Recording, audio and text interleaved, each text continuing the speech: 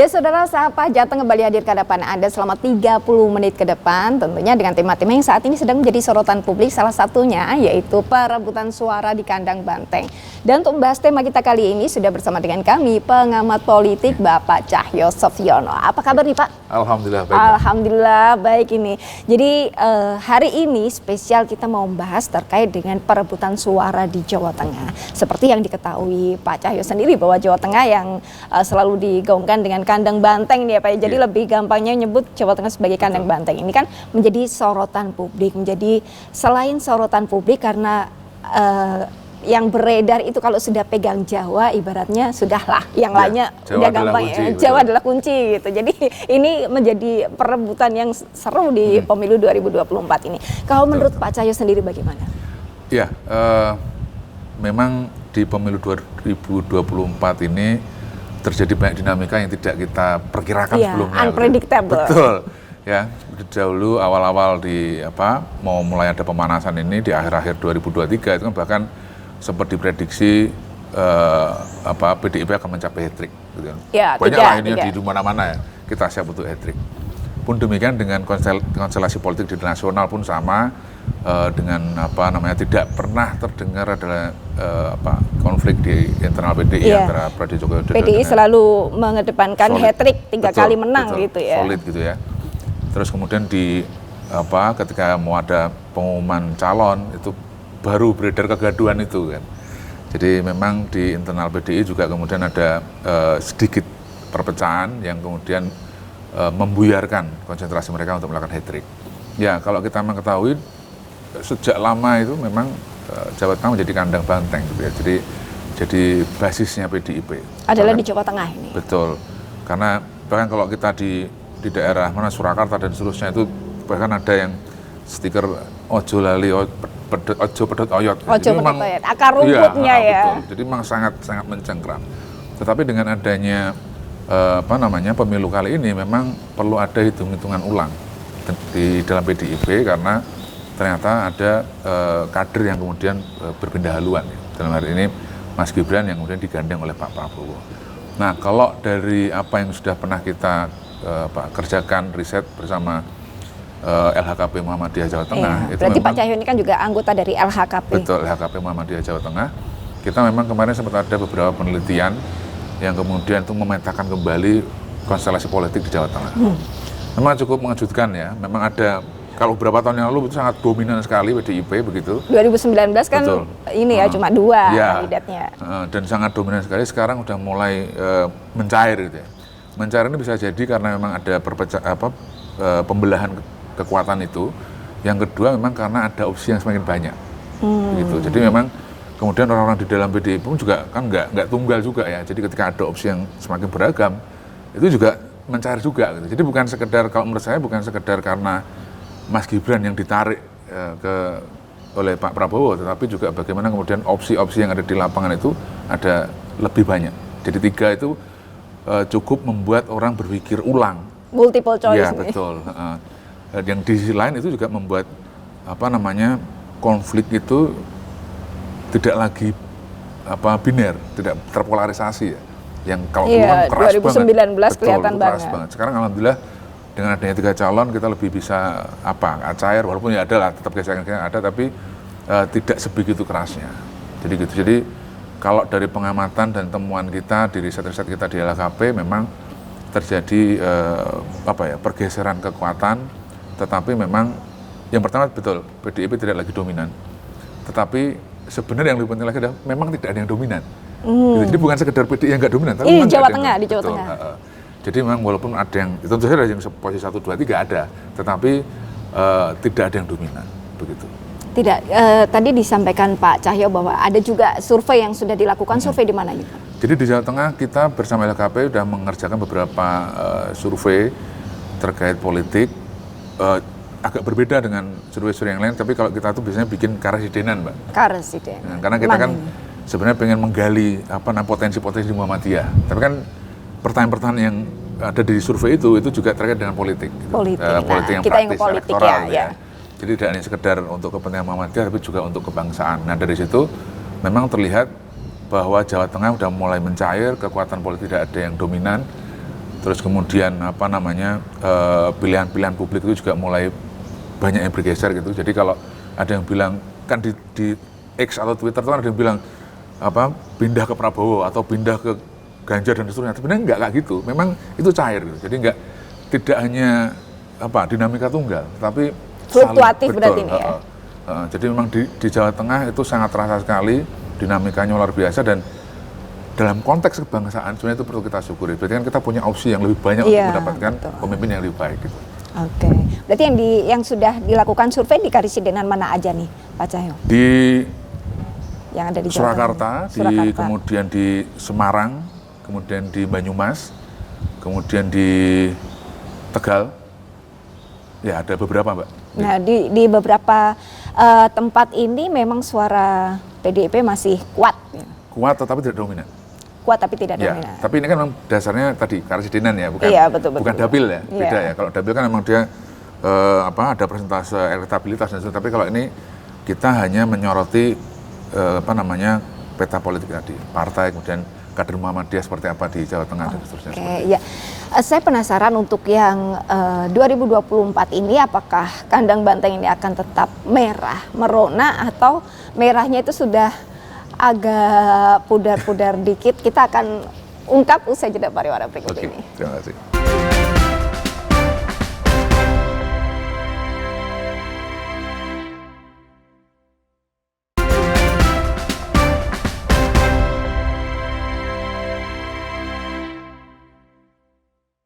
Ya, terima kasih saudara, Anda masih bersama kami dalam program Sapa Jateng, dan kita akan bahas terkait dengan tema kita kali ini. Pak Cahyo tadi sudah disampaikan bahwa Jawa Tengah ini sebagai kandang banteng ini masih tetap seksi lah suaranya ya. Jadi menjadi lirikan banyak partai, apalagi di tahun politik seperti ini. Yang menjadi penasaran masyarakat ini Jawa Tengah ini kan memang kandang banteng, sebelumnya disampaikan demikian. Tapi setelah adanya Mas Gibran yang ikut dengan Pak Prabowo, kemudian Pak Ganjar sendiri yang tetap di PDIP, kemudian Pak Jokowi ini yang belum mengembalikan KTA, yang masih menerka-nerka ya. Ini masyarakat kan masih menerka-nerka, tapi kan juga sudah ada arah-arahnya ya, ada sinyal-sinyal seperti itu. Apakah nanti PDIP ini di Jawa Tengah akan tetap solid? Apakah nanti justru karena ada 3 paslon ini merahnya Jawa Tengah akan mulai meluntur ya?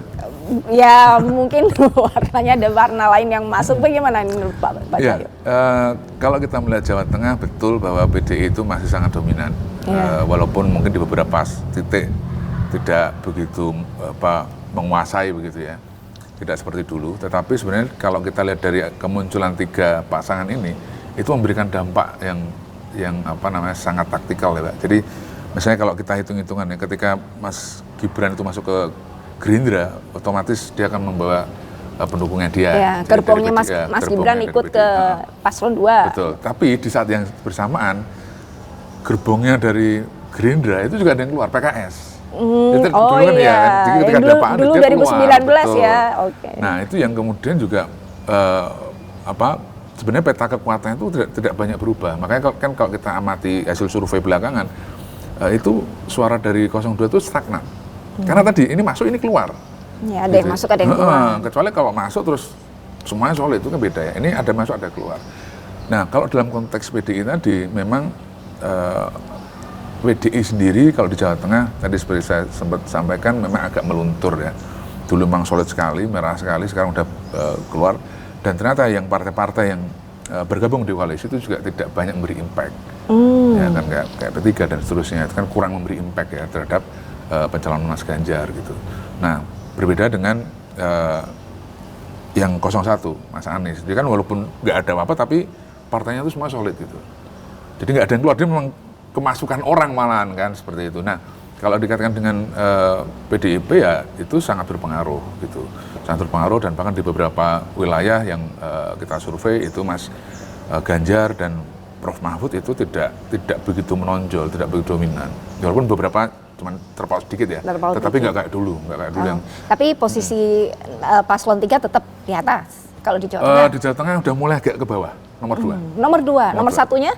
Prabowo. Ya, walaupun jaraknya. Mas Gibran ya, Mas Gibran berarti ya kan. Sebenarnya kalau dibilang Mas Gibran, kita masih mencoba untuk menganalisis lebih lanjut dari teman-teman kita, karena suaranya Pak Prabowo itu gitu-gitu aja. Kita belum tahu apakah manuver-manuver yang dilakukan Mas Gibran itu bisa mendongkrak atau tidak, itu masih kita analisis, kita belum bisa menyimpulkan itu. Tetapi dampak Mas Gibran keluar memang berpengaruh ke PDIP. Ya, karena yang keluar keluarganya Pak Jokowi ini ada Gibran, betul. ada Bobi, ada Kaisang gitu. Betul. Itu otomatis. Tapi Boyongan apakah ini itu ya? berpengaruh positif ke Gerindra? Ternyata itu belum tentu. Jadi kayak apa, masa mengambang. Mereka masih melihat, karena tadi Mbak ada 3 pilihan itu membuat mereka tidak otomatis yang keluar dari PDI milih Gerindra, tidak otomatis. Ada yang lari ke Amin juga. Gitu. Ada yang Amin. Nah itu, jadi itu yang kita masih coba analisis, dan itu memang masih ya kurang lebih 1 bulanan ya, kurang lebih itu masih sangat cair. Oke, berarti yang masa mengambang ini masih bisa ditarik ya daya pikatnya supaya mereka memilih, karena ini kan sudah mendekati injury time, Februari sebentar lagi, kemudian masa tenang, dan itu kan udah nggak boleh lagi kampanye kalau sudah masa tenang. Berarti kalau menurut analisa dari Pak Cahyo sendiri, Jawa Tengah di 2024 ini pastinya berbeda dengan Jawa Tengah di 2019, karena 2019 kan cuma ada 2 paslon, polarisasi kelihatan sekali. Kemudian kalau ini kan karena ada gerbong yang dulunya di PDI Perjuangan, kemudian pindah, kemudian apakah itu Mas Gibran, kemudian dan Kaisang dan yang lain ini membawa masa yang dulu di PDI Perjuangan ikut atau tidak? Kalau menurut Pak Cahyo sendiri memang belum bisa dipastikan? Belum. Jadi memang kalau apakah Mas Gibran itu bisa membawa suara PDI ke Gerindra itu belum. Tapi kalau yang ketarik dari PDI, dari Gerindra ke Amin itu sudah. Jadi tinggal PKS berarti. Betul, PKS dan beberapa yang lain itu masih sudah terbukti pindah jelas ya. Kalau dulu kan opsinya kalau nggak milih ini ya pasti ini ya. Sekarang nggak. Kalau nggak milih ini dia bisa ke yang lain ya. Termasuk di salah satu survei kita sebenarnya Mas Ganjar pun juga masih dominan. Misalnya kayak di Karesiden Semarang itu temuan kita Mas Ganjar masih dominan. Jadi ini masih sangat potensial untuk kemudian tim 03 juga menggelorakan tadi. Ini kandang banteng. Untuk saat ini menurut Pak Cahyo sendiri, saat ini Jateng ini PDIP masih pegang kunci di Jateng kan? Meskipun selisihnya sedikit kalau tadi dibilang antara Pak Ganjar dengan Pak Prabowo. Betul, selisihnya sangat sedikit. Ini nggak tipis sekali nggak? Kira-kira masih bisa diselip atau memang masih tetap bertahan di atas nih untuk PDIP? PDIP kalau secara umum dari teman kita mayoritas dia udah mulai di bawah. 03 itu udah di bawah. Walaupun di beberapa tempat dia masih dominan unggul ya. Dan ini tinggal melihat strategi dari Mas Ganjar dan Prof Mahfud, mohon maaf, itu kemudian bisa nggak menggait ceruk-ceruk yang sekarang itu masih mengambang tadi.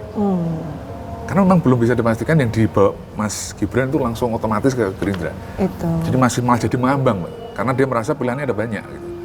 Ada 3 pilihan itu ya, tapi ini tergantung bagaimana nanti PDIP di Jawa Tengah ini mengolah lagi untuk menggait kembali yang akar rumput. Tapi kalau tadi disampaikan oleh Pak Cahyo bahwa yang di beberapa daerah itu ada baliho-baliho, apa Pak jangan sampai pedot oyot gitu ya. Berarti kan memang akarnya udah masih kuat ya di Jawa Tengah ini ya. Jawa Tengah memang itu, basisnya memang karena dulu kan ini PNI ya, terus kemudian ke PDI itu kan masih secara ideologi memang kita kuat di situ. Ya jadi kemudian ke depan tinggal kita menunggu strategi dari pasangan 03 ini untuk bisa menggait lagi yang masa-masa mengambang itu. Oke, masa mengambang ini yang penting ini ya. Oke, kita akan bahas lagi usai jeda pariwara berikut ini.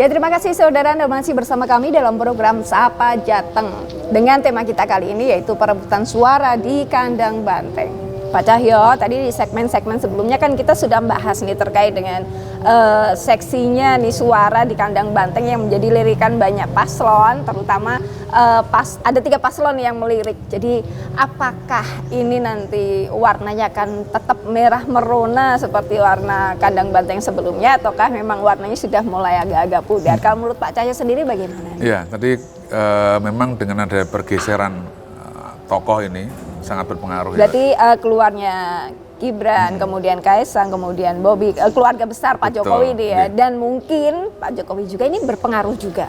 Berpengaruh pada suara PDI. Jadi belum tentu berpengaruh ke suara paslon 2, tapi ini sudah pasti berpengaruh ke suara PDI. Karena ternyata memang hasil riset kami bersama di LHKP Jawa Tengah, Muhammadiyah Jawa Tengah, itu menunjukkan hal seperti itu.